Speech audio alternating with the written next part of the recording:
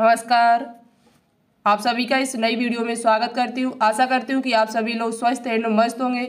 आज के इस वीडियो में आप सभी के लिए जनरल नॉलेज के बहुत ही शानदार क्वेश्चंस लेके आए जो अक्सर कर आपके एग्जाम में पूछे जाते हैं। यदि अभी तक आपने इस चैनल को सब्सक्राइब नहीं किया है तो कर लीजिएगा। इस चैनल पर डेली लाइव क्लास चलती है 4:30 बजे। इसमें बायोलॉजी की, जीके, नर्सिंग एप्टीट्यूड की बहुत ही शानदार तरीके से तैयारी आपकी कराई जा रही है। जिस भी एग्जाम में जनरल नॉलेज के क्वेश्चन पूछे जाते हैं उन सभी के लिए इम्पोर्टेंट है, सभी राज्यों के लिए इम्पोर्टेंट है, जहाँ पर भी जीके क्वेश्चन पूछे जाते हैं। और एक बात आप सभी से और कहना चाहें, कल न्यू ईयर है तो आप सभी के लिए बहुत ही शानदार गिफ्ट लेके आ रहे हैं।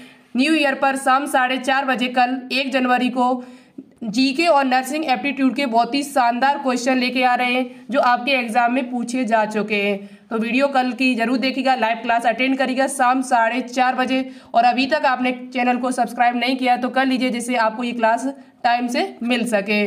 बात करते हैं आज के क्वेश्चन पर। आज के क्वेश्चन हमारे क्या है? क्वेश्चन नंबर 1 है, आपके एग्जाम में बहुत पूछा जाता है ये क्वेश्चन कि कोणार्क का सूर्य मंदिर किस प्रदेश में स्थित है? तो ये कोणार्क का जो सूर्य मंदिर है वो आपका ओडिशा में स्थित है। कहाँ पर? ओडिशा में ये आपका मंदिर है। पूछा जाता है कि कोणार्क का सूर्य मंदिर किस प्रदेश में स्थित है? तो ओडिशा में। ठीक है, नेक्स्ट क्वेश्चन देखते हैं। नेक्स्ट क्वेश्चन है, कंप्यूटर भाषा में WW का अर्थ क्या है? देखो जीके में आपको सभी क्वेश्चंस देखने को मिलेंगे, कंप्यूटर से संबंधित, हिस्ट्री, पॉलिटी, आपका करंट भी कुछ हो सकता है उसमें, तो आप सभी क्वेश्चनों को देख के चलिएगा। कंप्यूटर भाषा में WW का अर्थ क्या होता है? तो WW का जो अर्थ होता है तो वर्ल्ड वाइड वेब, ये लिख लीजिएगा, आपके एग्जाम में जनरली पूछा ही जाता है। कंप्यूटर भाषा में WW का जो अर्थ होता है वो वर्ल्ड वाइड वेब होता है। ठीक है, आगे क्वेश्चन देखिएगा। नेक्स्ट क्वेश्चन दिया हुआ है, 1 किलोवाट केबी में कितनी बाइट होती है? ये भी क्वेश्चन आपका पूछा जा चुका है नर्सिंग एग्जाम में। 1 किलोवाट में कितनी बाइट होती है? तो 1 किलोवाट में आपके 1024 बाइट होती है। कितनी होती? 1024 बाइट होती है। ठीक है, आगे देखिए।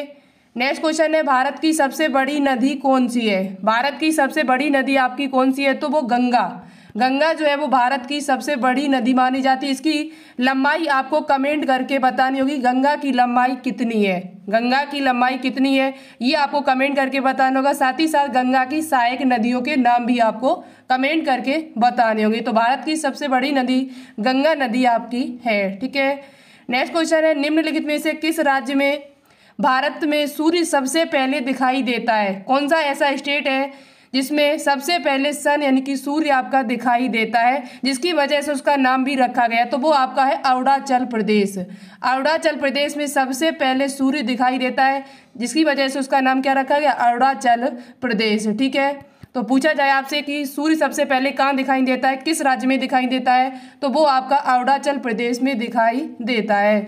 नेक्स्ट क्वेश्चन की बात करते हैं, सिक्किम की राजधानी कहाँ है? सिक्किम की राजधानी आपकी गंगटोक है। सिक्किम की जो राजधानी है वो आपकी क्या है? गंगटोक है। आपको कमेंट करके बताना होगा मिजोरम की राजधानी कहाँ पर है?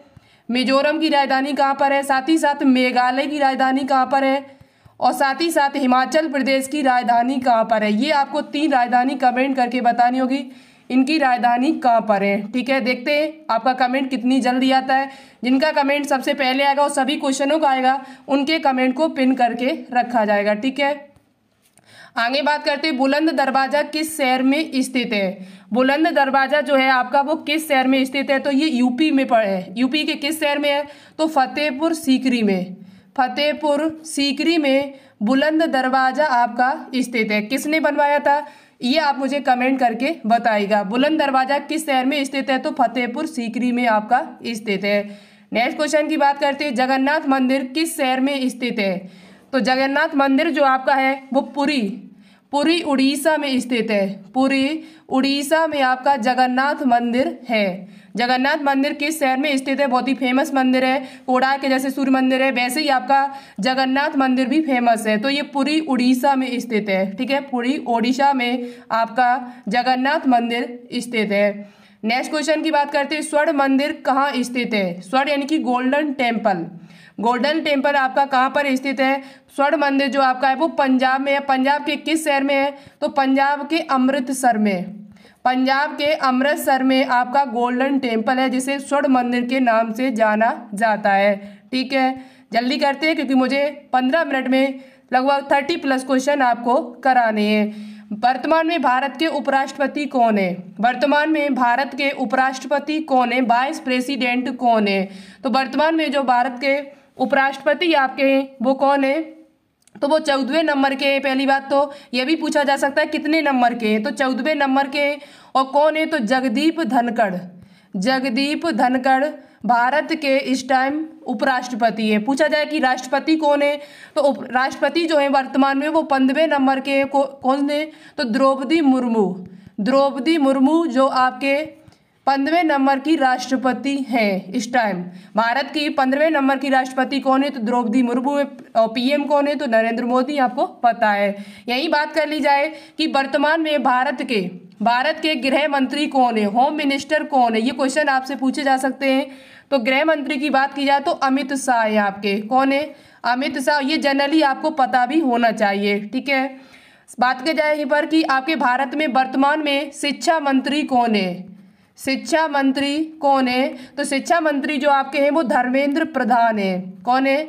धर्मेंद्र प्रधान जो है वो आपके शिक्षा मंत्री हैं भारत के वर्तमान में।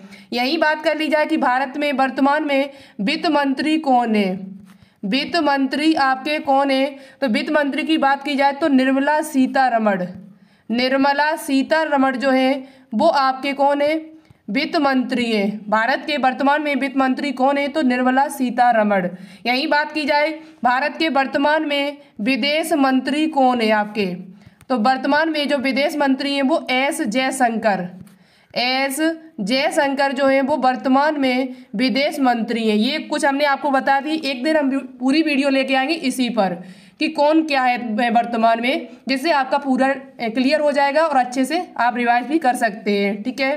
तो ये 4-5 क्वेश्चन थे, आपने अच्छे से लिख लिए होंगे। बात करते हैं किस नदी को बृहद गंगा के नाम से जाना जाता है, यानी ग्रेटर गंगा के नाम से जाना जाता है। तो वो आपकी एक नदी है जो गोदावरी के नाम से जानी जाती है। गोदावरी नदी जो आपकी है उसे बृहद गंगा या ग्रेटर गंगा के नाम से भी जाना जाता है, ठीक है। आगे बात करते हैं भारत का प्रथम गवर्नर जनरल कौन था? तो भारत का प्रथम गवर्नर जनरल जो आपका था वो विलियम बेंटिंग। विलियम बेंटिंग जो है भारत का विलियम बेंटिंग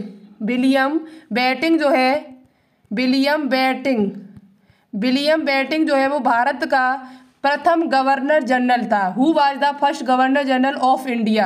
भारत का प्रथम गवर्नर जनरल कौन था? तो विलियम बेंटिंग था, ठीक है। नोट कर लीजिए, जनरली क्वेश्चन आपसे पूछे जाते हैं ऐसे।